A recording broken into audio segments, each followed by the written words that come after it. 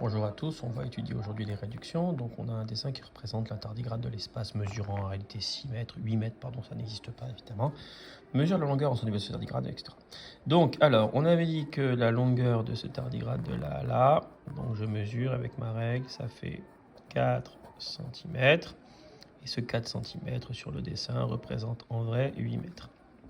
Donc, on a bien que on a l'échelle E à calculer. Donc E, c'est égal à distance sur le dessin, donc 4, je mets bien l'unité, centimètres, sur distance réelle correspondante, c'est-à-dire 8 mètres, ce fameux tardigrade de l'espace.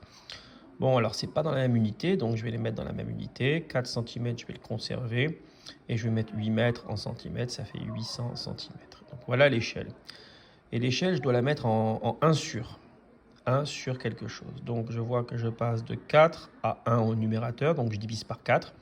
Si je divise par 4 en haut, je divise par 4 en bas, donc 800 divisé par 4, 200. Donc l'échelle, c'est 1 200e. Alors ça veut dire quoi? Sur cette photo, le tardigrade est 200 fois plus petit que la réalité fictive de 8 mètres. Un nouvel exemple. Donc cette fois-ci, on a un agrandissement. Donc je vais mesurer ici la longueur de ce tardigrade. Je mesure de là à là, je vais obtenir un résultat.